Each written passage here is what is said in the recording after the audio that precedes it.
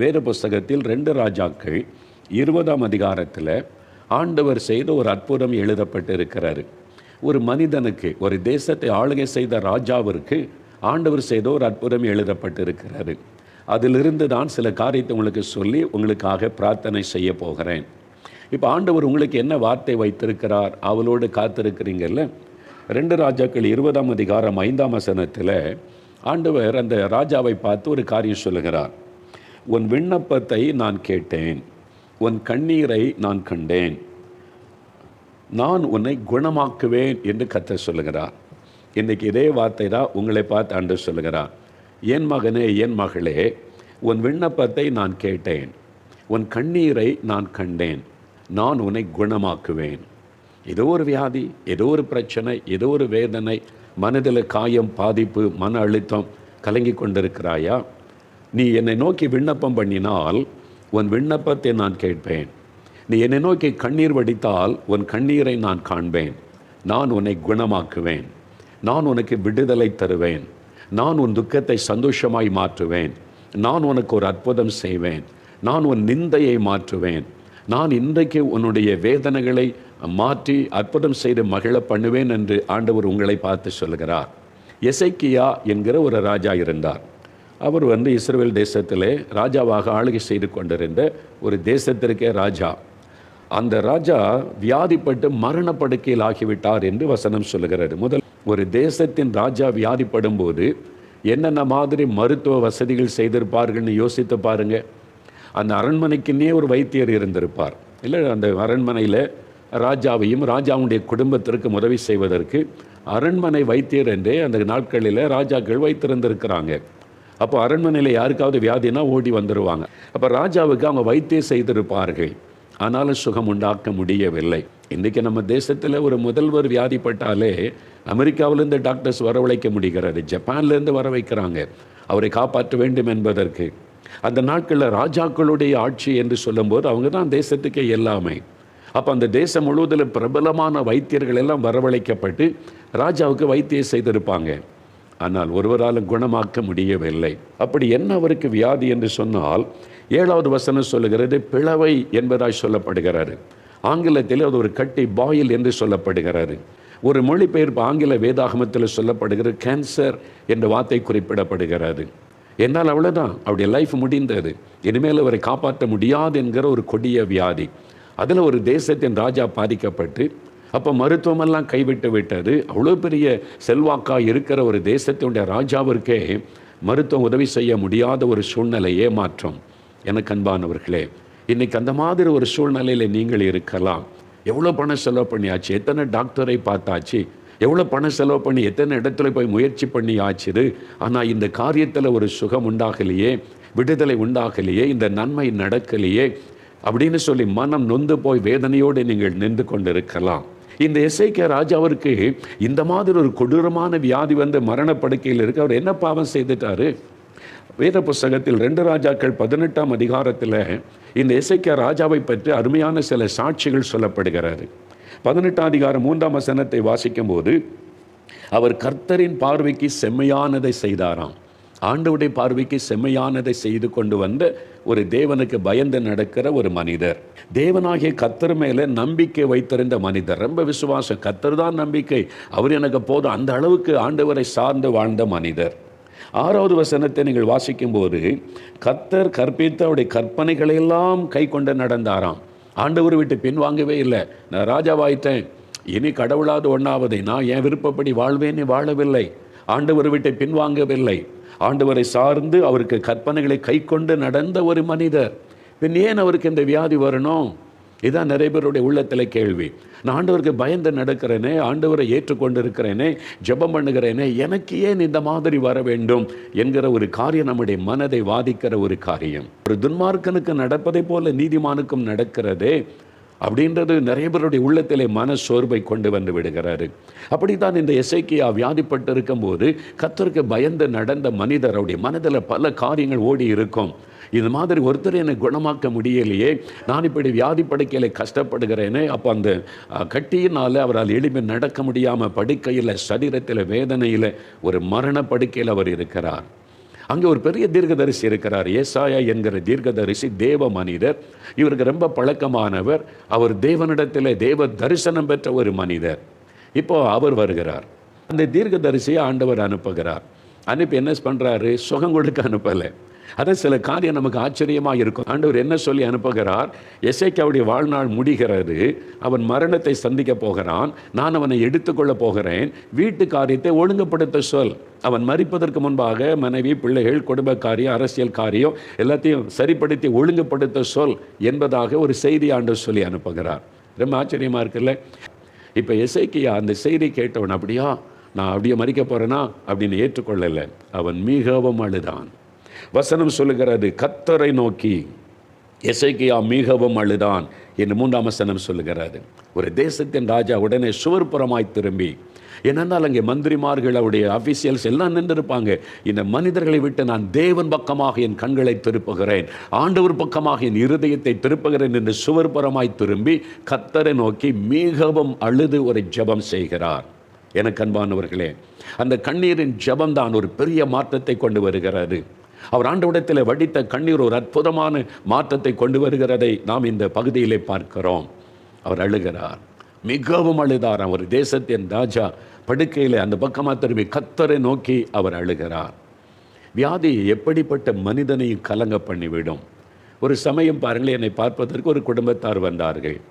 அவருடைய தகப்பனாரை அழைத்து கொண்டு வந்தார்கள். அவருடைய தகப்பனாருக்காக ஜெபிக்கத்தான் பிள்ளைகள் அழைத்து கொண்டு வந்திருந்தார்கள். இந்த தகப்பனாரோடு பேசி, என்னையா அவங்களுக்கு பிரச்சனைன்னு கேட்டேன். சிறுபிள்ளை மாதிரி அழுகிறார், குலுங்கி குலுங்கி அப்படியே அழுகிறார். அவனுடைய சரீரத்தில் ஒரு கொடிய வியாதி, அதை நினைத்து அவங்க அழுகிறாங்க. அப்போ அவங்களுக்கு என்ன செய்கிறதுன்னு கேட்ட உடனே அழுகிறாங்க. அப்புறம் சொன்னாங்க, இந்த மாதிரி ஒரு வியாதி அப்படின்னு. அப்போது நாங்கள் ஆறுதல் படுத்த முயற்சி பண்ணி, நீங்கள் என்ன பண்ணுறீங்க அப்படின்னு கேட்டேன். அவங்க என்ன செய்கிறாங்க தெரியுமா? மெடிக்கல் காலேஜில் ப்ரொஃபஸர், மருத்துவர்களை உருவாக்குகிற ப்ரொஃபஸர். அவங்க ஒரு வியாதி, அதுக்கு சுகம் பெற என்ன செய்யணும் அதை கற்றுக் கொடுக்கிறவர். பாருங்கள், அப்படிப்பட்ட ஒரு பெரிய இடத்துல இருக்கக்கூடிய மனிதரே அவருக்கு ஒரு சரீரத்தில் நோய் தாக்கின உடனே சிறு பிள்ளையை போல அழுகிறார். பாதிப்பு, வியாதி எப்படிப்பட்ட மனிதனை கலங்க பண்ணிவிடும். தேசத்தில் ஆளுகையில் இருக்கிற மனிதனாக இருந்தாலும் சரி, சாதாரண ஒரு மனிதனாக இருந்தாலும் சரி, நோய் சரீரத்தை தாக்கும்போது அவருடைய மனதை அது பாதிக்கிறது, அவருடைய உள்ளத்தை பாதிக்கிறது. அப்படி தான் இன்றைக்கு நீங்கள் கலங்கி கொண்டிருக்கிறீங்க. எனக்கு ஏன் இந்த மாதிரி கேன்சர் வியாதி, எனக்கு ஏன் இந்த ஆஸ்துமா வியாதியில் கஷ்டம், நான் ஏன் இப்படி இந்த பைல்ஸ் வியாதியில் கஷ்டப்படணும், ஐயோ தாங்க முடியலையே, அப்படி ஒரு வேதனையில் மனதில் பாதிக்கப்பட்டு இந்த வார்த்தையை கேட்டு கொண்டிருக்கிறீங்களா? ஒரு தேசத்தின் ராஜா அழுகிறான். அவரே ஜெபம் பண்ணுகிறார், அவரே ஆண்டவரை நோக்கி அழுகிறார், அவரே ஆண்டவரை நோக்கி அழகான ஒரு விண்ணப்பம் பண்ணுகிறார். அந்த கண்ணீரின் ஜெபத்துக்கு தான் ஆண்டவர் அற்புதமான பதில் கொடுத்து சொல்லுகிறார், உன் விண்ணப்பத்தை நான் கேட்டேன். எசேக்கியாவே, உன் விண்ணப்பத்தை நான் கேட்டேன், உன் கண்ணீரை நான் கண்டேன். நீ அழுகிறாய் என் சமூகத்தில், உன் கண்ணீரை கண்டேன், உன்னை நான் குணமாக்குவேன். ஆண்டவர் இப்பதான் தீர்க்க தரிசனமாக சொல்லி அனுப்பினார். உன் ஓட்ட முடிகிறது, வாழ்க்கை முடிகிறது, மரணம் உன்னை சந்திக்க போகிறது, நீ ராஜ்யத்திற்கு வரப்போகிறாய், அவ்வளவுதான் என்று சொல்லுவதற்கு தீர்க்கதரிசி அனுப்பின அதே ஆண்டவர் சொல்லுகிறார், அவனுடைய ஜெபத்தின் நிமித்தமாய் உன் கண்ணீரை நான் கண்டேன் எசேக்கியா, உன் விண்ணப்பத்தை கேட்டேன், நான் உன்னை குணமாக்குவேன் என்று சொல்லுகிறார். பிரியமானவர்கள், இன்றைக்கு அதே ஆண்டவர் அவங்களை பார்த்து சொல்லுகிறார், நான் இன்றைக்கு உன்னை குணமாக்குவேன். செங்கல்பட்டில் இருந்து சென்னைக்கு பக்கத்தில் இருக்கிற செங்கல்பட்டிலேருந்து ஒரு சமயம் ஒரு சகோதரி அவங்க வாழ்க்கையில் நடந்த ஒரு அற்புதத்தை எழுதியிருந்தார்கள். அவங்க இயேசு அறியாத குடும்பத்தை சார்ந்தவர்கள். நம்முடைய டிவி நிகழ்ச்சியை பார்த்து இந்த அற்புதத்தெல்லாம் பார்த்து இப்படி ஒரு ஆண்டவர் இருக்கிறாரா, இதுவரை தெரியாமல் இருந்தோமேன்னு இயேசுவை ஏற்றுக்கொண்டார்கள். அவங்களுக்கு 12 வயசு ஒரு மகள், 2 பேரும் இயேசுவை ஏற்றுக்கொண்டு இயேசுக்கு கிட்ட ஜெபம் செய்வாங்க. அவங்க கணவருக்கு அதெல்லாம் பிடிக்காது. என்ன இது, இந்த மாதிரி நீ மதம் மாறிட்டேன்னா, இது மதம் மாறுறது இல்லைங்க, உண்மையான ஆண்டவரை தெரிந்து கொண்டு எவ்வளோ சந்தோஷமாக இருக்குன்னு, அதெல்லாம் முடியாது அப்படின்னு சொல்லி அவர் அதில் வைராக்கியமாக இருந்தார். திடீரென்ற ஒரு வியாதிப்பட்டு மரணப்படுக்கையில் ஆக்கிவிட்டார். கை கால்கள் செயலற்று விட்டார், மரணப்படுக்கையில் ஆக்கிவிட்டார். சில மாதமாய் படுக்கையில் இருக்கிறார். டாக்டர்லாம் பார்த்துட்டு அவ்வளோதான் கைவிட்ட ஒரு நிலைமை. ஒரு நாள் திடீரென்று அந்த நோயினுடைய தாக்கம் அதிகமாகி அவ்வளோதான் மரண நிலைமைக்கு வந்துட்டார். இப்போ இறந்துருவார், அவ்வளோதான். அந்த மாதிரி நிலைமையில் அப்படியே மூச்சு இழுக்குது, மரணம் நெருங்குகிறாரு. இந்த தாயும் மகளும் இருக்கிறாங்க, என்ன பண்ணுறதுன்னு தெரில.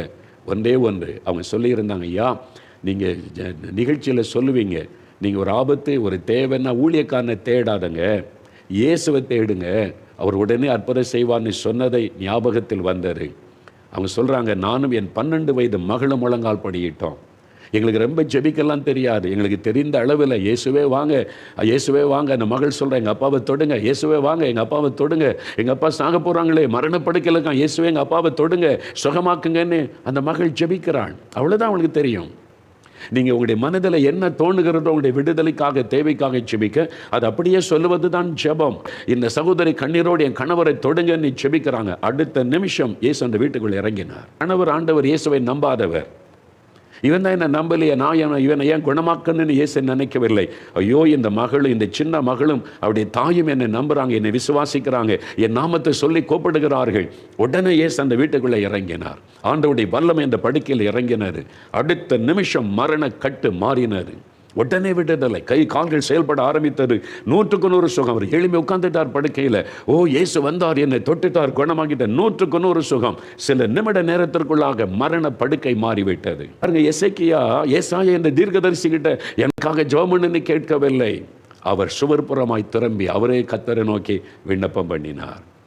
இந்த இயேசுவை நோக்கி நான் வேண்டுதல் செய்ய அவர் எங்கேயா இருக்கிறாரு? உங்க பக்கத்தில், உங்க வீட்டுக்குள்ள.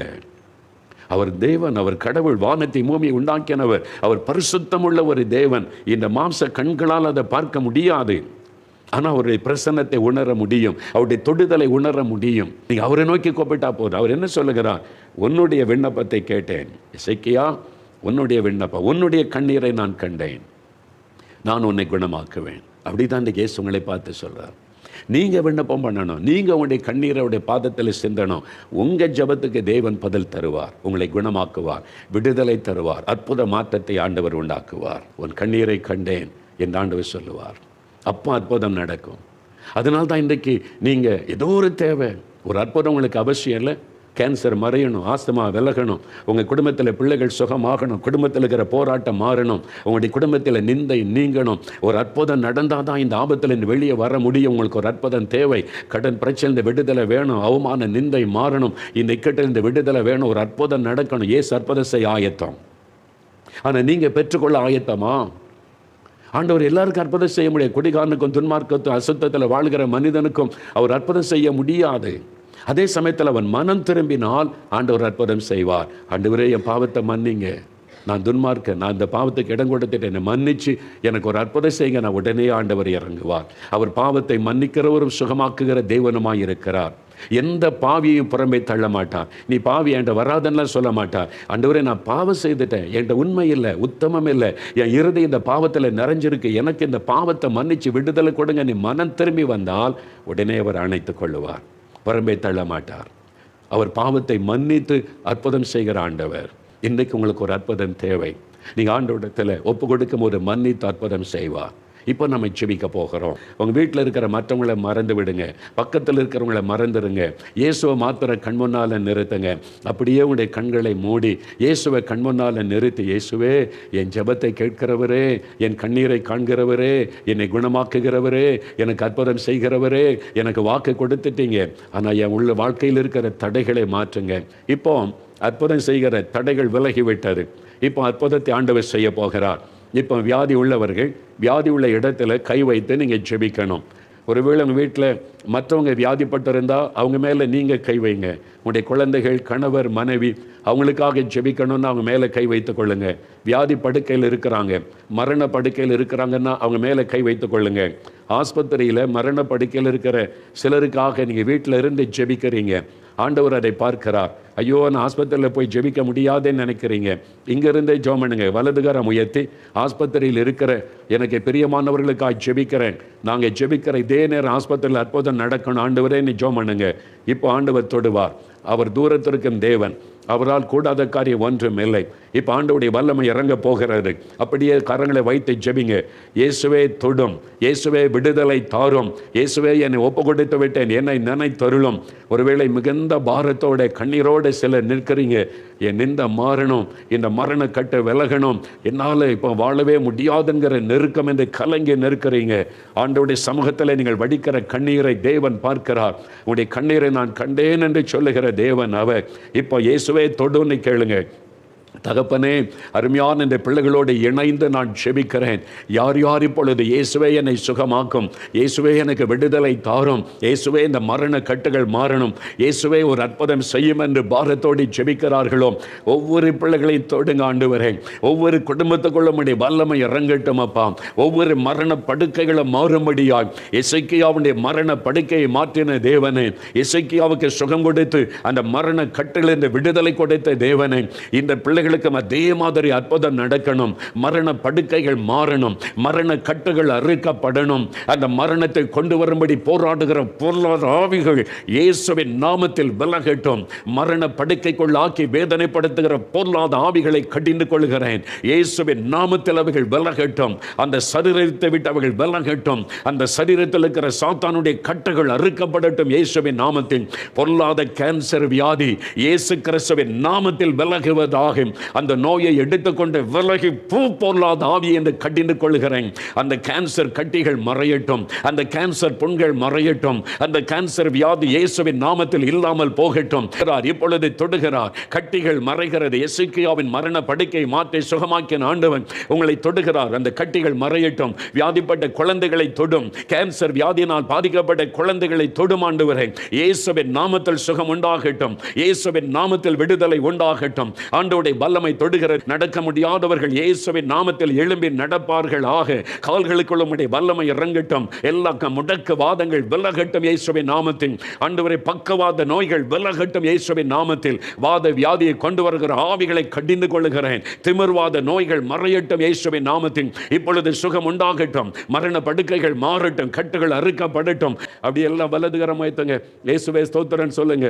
இன்றைக்கு என் ஜெபம் கேட்கப்பட்டது. என் கண்ணீரை கண்டீர், என்னை குணமாக்கி விட்டீர், விடுதலை தந்து விட்டீர், அற்புதம் செய்து விட்டீர். நீங்கள் ஜெபித்த காரியத்தில் அற்புதம் நடந்து விட்டது.